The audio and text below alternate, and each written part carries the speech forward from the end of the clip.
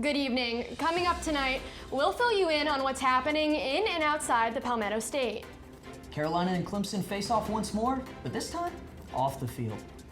We'll take a look at the newly top-ranked Gamecocks women's basketball team. And hear about John Mulaney's performance in Columbia this Thursday. We will have all that and more tonight on Monday Night Mashup.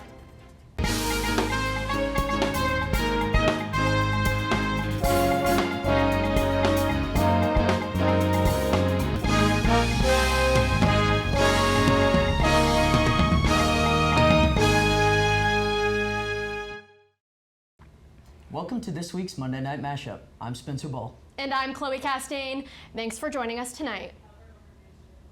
The annual Carolina Clemson Blood Battle is back on campus and officially starts this week. This is the 39th annual blood battle between USC and Clemson. Both schools will compete in collecting blood for local hospitals. During last year's battle, USC collected more than 2,000 pints of blood for a total of 5,567 pints in that week. For those interested in donating, American Red Cross and Blood Connections donation sites will be all over campus the entire week. Donors must bring an ID and will also receive a free t-shirt, a chance to win prizes, local discounts, food, and more.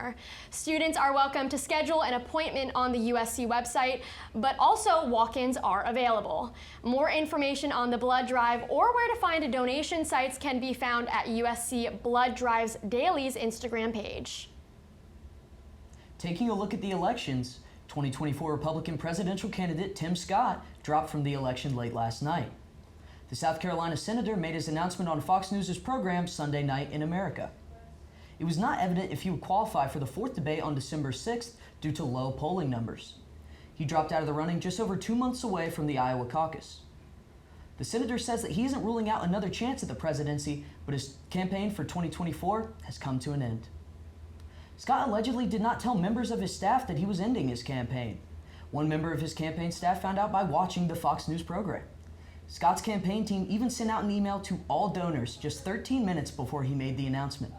And Chloe, that's just insane. That's like me telling you 13 minutes ago we were going to have Monday Night Mashup tonight. I can't even believe or understand what was going through the minds of his staff watching that news channel and finding out that not only did they not have work tomorrow, they're not going to have work for the next 4 years. Just an unbelievable way to find out. No, it's crazy.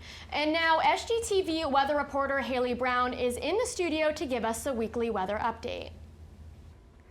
Good evening, folks. I'm Hailey Brown. Let's take a look at the weather this week. Right now we're around the 50s, partly cloudy. Now it is dark outside. I know a lot of people are feeling pretty down with the daylight savings. But don't let that seasonal depression hit you too hard. Right now is your time to adjust and it'll get better. Looking closer at this week, we can see we have some lower temperatures compared to last week. We were in around the 80s last week. In the mornings, it's going to be pretty cold outside, so make sure you layer up. And then hopefully once you get out of class, it'll be perfect temperatures. You may be going to class then, whatever it may be, enjoy the weather. Now, as you can see, we've got 3 cloudy days. And it's starting to look like, as Taylor Swift has said, a gray November. But hopefully you haven't been down since July because we've got Gamecock football on Saturday, so get excited. Let's take a closer look at that weekend. On Friday, there's some potential for some night showers, so if you're going out, make sure you plan accordingly. And Saturday, we have an evening game against Kentucky. Now, it is not going to look like last week's game that was cold and wet and foggy, but this week it's going to be perfectly clear. Now, it may start to, the temperatures are going to get down to that low of 39. So make sure you break out those Gamecock beanies, those Gamecock scarves, and those Gamecock gloves and take those cute cold weather game day pictures. On Sunday, some of you might be skipping class next week and going home early, so make sure you compare this Columbia temperature to your hometown's temperature. Next week, we're going to have the countrywide temperature graphics for you so that if you're going home, wherever that may be, you can be prepared. After the break, SGTV sports announcer Chloe Findlay has the update for all things Gamecock athletics. Welcome back to Monday Night Mashup. Basketball season is in full swing here in South Carolina. Although both the men's and women's team won their contest this weekend, today is all about the ladies. Earlier this afternoon, AP ranked the South Carolina women's basketball team at #1 in the top 25 women's basketball poll. In preseason rankings, Carolina was only ranked 6th, but they overtook the defending NCAA champs LSU in the polls after 2 dominant victories in which they put up triple-digit points. So let's talk about one of those victories. Yesterday, the Lady Gamecocks took on #14 ranked University of Maryland Terrapins at home in an Elite 8 rematch from last season's March Madness tournament. Carolina swiftly took care of the Terps, defeating them 114-76. Media outlets and analysts were skeptical about the Gamecocks coming into this season. They lost many of their seniors, most of whom were key pieces in their tournament run last year, such as star forward Aaliyah Boston.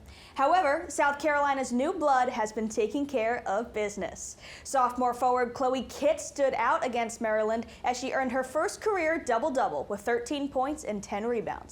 Freshman Tessa Johnson excelled coming off the bench in her second game with the Gamecocks. She shot over 57% from the field in 18 minutes played. However, this game was not only about the future of Carolina, it also took time to honor the past. Before tip-off, the team retired former Gamecock Tiffany Mitchell's jersey. Mitchell was known as the first superwoman for the Dawn Staley era of Carolina basketball. She played for the team from 2012 to 2016, and in that time, she was a 3-time All-American and 2-time SEC Player of the Year. In 2016, Mitchell was selected by the Indiana Fever as the 9th overall pick in the WNBA draft. This year marks her 8th year in the league and her first year with the Minnesota Lynx. In reflecting on her time at Carolina, she remembers her team as being a group of, quote, very hard-nosed competitors that hated to lose, end quote. The women's basketball team's next home game is this Thursday against Clemson at 7 p.m. And now Abby Tam is in the studio to fill us in on local entertainment. So, what's the talk of the town, Abby? Thanks, Chloe. Comedian John Mulaney is performing in Columbia this Thursday. The former SNL writer is bringing his stand-up show, John Mulaney in Concert, to the Township Auditorium. Over the past few months, Mulaney has brought his show all across the U.S. On his tour, he's had accompanying acts like the former host of The Daily Show, Jon Stewart, and fellow SNL alum Pete Davidson. However, the comeback kid plans to perform solo in the Soda City. Although this will be Mulaney's only show in the Palmetto State, he will continue his tour across the Southeast, playing 3 shows in Georgia this weekend. Tickets for Thursday's show are still available for purchase on Ticketmaster.com. For fans who can't make it out to Thursday's performance, a wide catalog of Mulaney's Emmy Award-winning specials can be viewed on Netflix. USC students who are fans of Baby J can attend this Friday's Russell House screening and trivia night of Spider-Man Across the Spider-Verse, where Mulaney voices the role of Spider-Ham. The holiday spirit is amping up in Columbia. Looking on campus, USC students and alumni are invited to have cocoa and cookies with Cocky. This Thursday, starting at 6 p.m., Cocky will be available for professional photos at the Pastides Alumni Center. Gamecocks can also snag free hot chocolate, decorate cookies and ornaments, and even grab a Cocky coloring page. Also on Thursday evening, the 38th annual Vista Lights will begin. The event will usher in the holiday spirit with galleries, shops, restaurants, and of course, holiday lights. Live music will begin at 6 p.m. outside of the River Runner Outdoor Center, and the Vista Christmas tree will be lit at 7 p.m. Columbia residents sure are covered when it comes to holiday festivities, because not only does the Vista Lights begin this Thursday, but the Fireflies Holiday Lights kicks off their light show as well. From 6 p.m. to 9 p.m., Fireflies fans can explore the shining lights of Segra Park. Segra Park has over 1 million LED lights on display. Attendees can visit vendors and themed areas throughout the park and can even meet Santa Claus. Tickets are $10 and are available for purchase at firefliesholidaylights.com. After the commercial, Chloe and Spencer will return to finish up tonight's news wrap. Thanks for staying with us. Last night, a fire was started and inmates rioted at the Alvin S. Glenn Detention Center in Richland County. Inmates set bed sheets on fire, with flames eventually spreading to the ceiling boards. The fire caused commotion among the inmates, who then armed themselves with blunt objects. Prison guards and deputies from the Richland County Sheriff's Office helped to suppress the riot and put the fire out. No inmates or guards suffered any major injuries. Of the 40 inmates that were detained, 14 were charged with rioting, 2 were charged with arson, and 1 was charged with possession of contraband. This is not the first time the detention center has found itself in trouble. The United States Department of Justice launched an investigation into the jail on November 2nd. Assistant Attorney General Kristen Clark has reported 6 deaths since February 2022 at the detention center. Looking back on campus, after receiving a mega donation, the USC Law School has a new name, the Joseph F. Rice School of Law, unveiling it in a ceremony Friday morning. Rice has gifted $30 million to the school. He graduated from USC's law school in 1979 and is a nationally recognized litigator and the co-founder of the Mount Pleasant law firm Motley Rice, LLC. More than 450 people attended the ceremony. The donation is said to go towards an endowed student scholarship fund that will include multiple 3-year scholarships, 4 new endowed professorships, and also create stipends for law students focusing on children's law. It will also establish the Lisa S. Rice and Ann E. Rice Irvin Child Advocacy Award Endowment, awarded to students who complete the children's law concentration.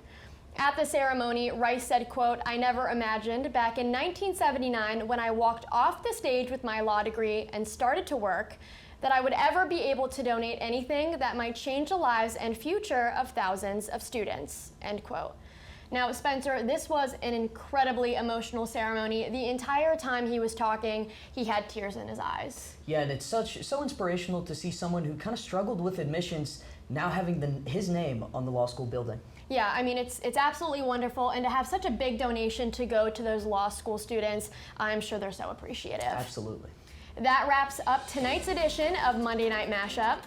Be sure to follow us on Instagram, X, and Facebook at SGTV at USC. And to keep up with all of our content, be sure to also visit us online at sgtv@usc.com. For SGTV, I'm Chloe Castain. And I'm Spencer Ball. Have a great night, Carolina. Forever to thee.